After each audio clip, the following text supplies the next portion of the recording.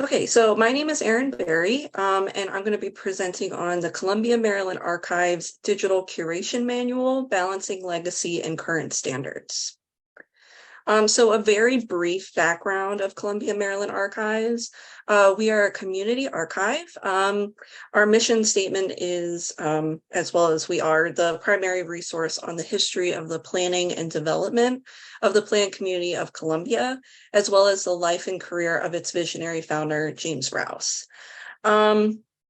So we have a variety of collections, and within those collections, there are many different formats, such as manuscripts, photographs, artwork, maps, etc. Over the course of Columbia, Maryland Archives being an institution since 1982, there have been 4 directors and managers, as well as 3 archivists, which include myself. So I actually started as an archives assistant from 2018 to 2020. And then I became the archivist and the manager in 2021. So when I started in 2021, I had a couple offices just full of filing cabinets and various files from various staff members. So I really had to figure out, even though I had some background knowledge as an assistant, I really needed to understand how we got to where we were currently with our digitization standards and how it kind of developed. And I wanted to understand that full story. So I was able to figure out that they started digitizing in 2005, but it was basically just for reference requests. And their standards were just based off of printing abilities because they only digitized for printing the material for researchers. And then in 2015, that's when the first standards were really implemented based off of preservation and future access, and was the first time they started writing down their policies. And then starting in 2018 until currently, the standards have been updated based off of staff education, as well as updating software and technology changes. When I started again, so we had 4 staff members. Because of the pandemic, we went down to 1, which was me. And so because of that, the standards and workflows really fluctuated because I had to figure out what I could do by myself. And again, we had some more technology changes, which I'll explain later on. So I kind of figured out the story of what they were doing, but I also needed to figure out how they were doing it. So the resources that they had an Epson flatbed scanner, which I currently still have. They use Silverfast scanning software, Adobe Photoshop droplets. So these droplets were what they made derivatives for from their TIFF like high-res file. And to be very honest, I never figured out how they created these droplets. I'm sure it was simple, but I just could not figure it out.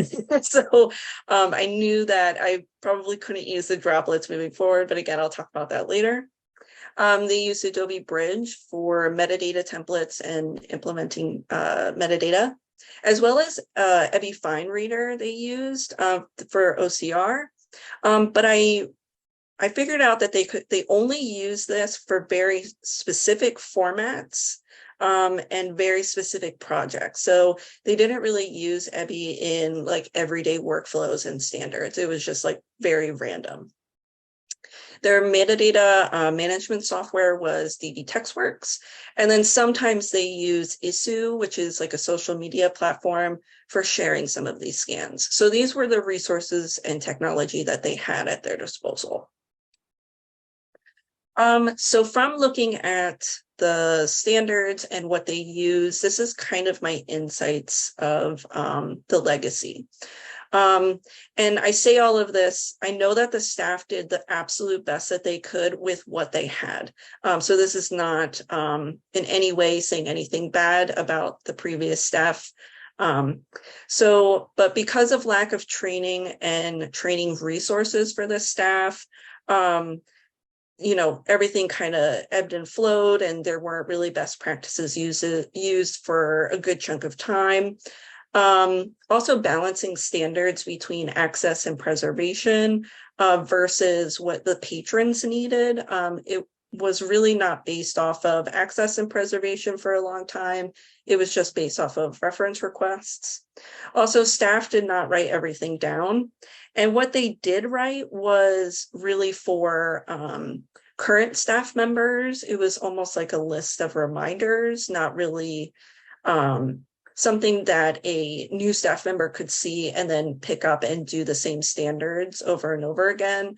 So that also could create lack of consistency as well.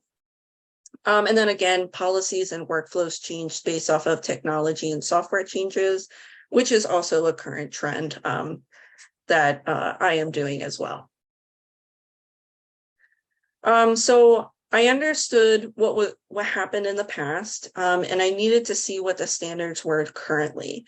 So the main source that I used was the Federal Agency Digital Guidelines Initiative, technical guidelines for digitizing cultural heritage materials, and their current edition, which was published in May of 2023. The main reason that I used this source was because that was what the previous standards were based off of for the Columbia, Maryland Archives. So because I was meshing these two of the legacy and current standards, I figured using just more updated versions of those resources would be the easiest to do and would provide consistency.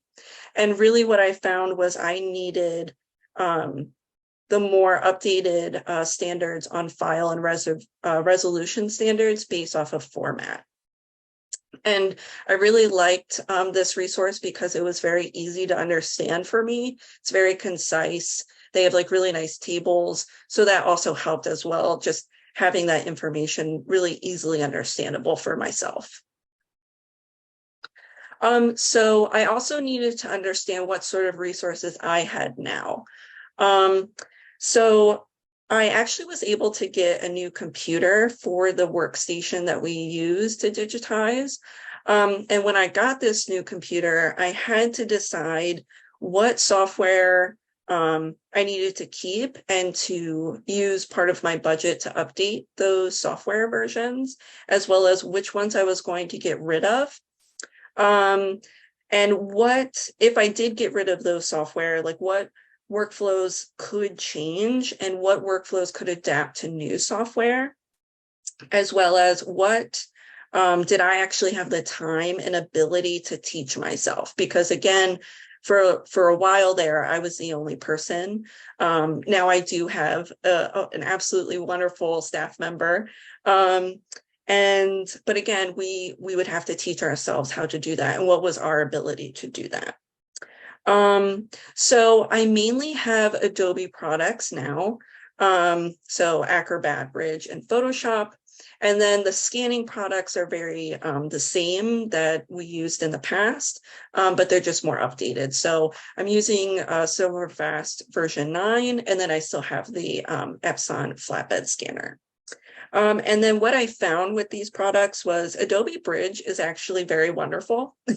They have this one feature called workflows, and it helps streamline my processes a lot. And I mentioned those droplets before that I just couldn't figure out. Well, the workflows actually could do that for me. You can do metadata, you can implement or embed metadata, change file types, do like change the resolution side, all with just one button, which is really helpful. And if you need something like that, I would definitely look at Adobe Bridge for sure. And then one mistake that I did during this was I actually got rid of Abby, a fine reader. The reason being was I hadn't done course 2 yet when we had looked at Abby Fine Reader. And I was just really, I don't know why, but I just was like really scared to teach myself how to use it. Like, I don't know why, but I was. And I figured that because I was getting all these Adobe products, Acrobat Pro can do OCR as well, but to be honest, I also have not used it yet, so I don't know if it's better or worse than Abby Fine Reader, but that is one mistake that I did do because I really enjoyed doing that exercise in course 2.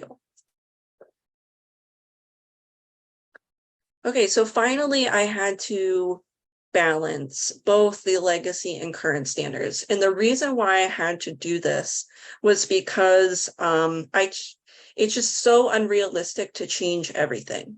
Our collection is much larger than you would think, and it's growing every day, both what we can digitize as well as digital born material. And again, like I said, there's only 2 full staff members. So what's realistic with our time? We also have a limited budget, like most institutions in our field. And then I also have a new data management software, which is Presto and Magic. So I also needed to understand what that needed and what was realistic with that data management system. So a question that I also needed to think about was, why do we, the 2 current staff member right now, digitize, and when can we digitize? So the answer to this question, to all of these things and meshing it together, was I created a digital curation manual. At first, it was just going to be a digitization manual, but I quickly realized that it was more than just digitizing. It was also the management of digital born material. And I believe that this would help with all of these things of meshing everything together, streamlining everything, making it easier, being able to use our resources in a better way, because it would streamline everything, streamline the workflows and help keep standards consistent. It's also written for current staff members as well as new staff members. Hopefully we might be able to get some in the future, or volunteers. So this could be a training tool as well as an orientation tool. And it's also a living document. So whenever things change, this document will be updated. So I just very, very quickly just want to show you the table of contents of this document, just so you can kind of see how it's organized. Now, this is a draft, it is still being worked on, but I broke it down by format of, format, sorry. And I really wanted to I didn't want to copy and paste the same information over and over and over again in each area. So at the bottom here, you can see a software and programs. So this is where that information of how to use all of that software will live. And I also had to keep it realistic of, again, why do we digitize and when? So some of these are actually based off of like specific instances. So for documents that are unbound, a lot of times we do it for reference requests or exhibits. So if that's the reason why we're doing it, how can I also make sure that they're going to be preserved and accessible moving forward? I have to keep this realistic with what we actually do versus keeping it standardized, current standards, as well as preserving it and making it accessible in the future. So I hope that makes sense. And you can also look at this document. It's in those folders that Dr. Richard shared with us. It's, under my name and everything. So if you feel like looking at it, you also can do that as well. So thank you so much for listening. And if you have any questions, please let me know.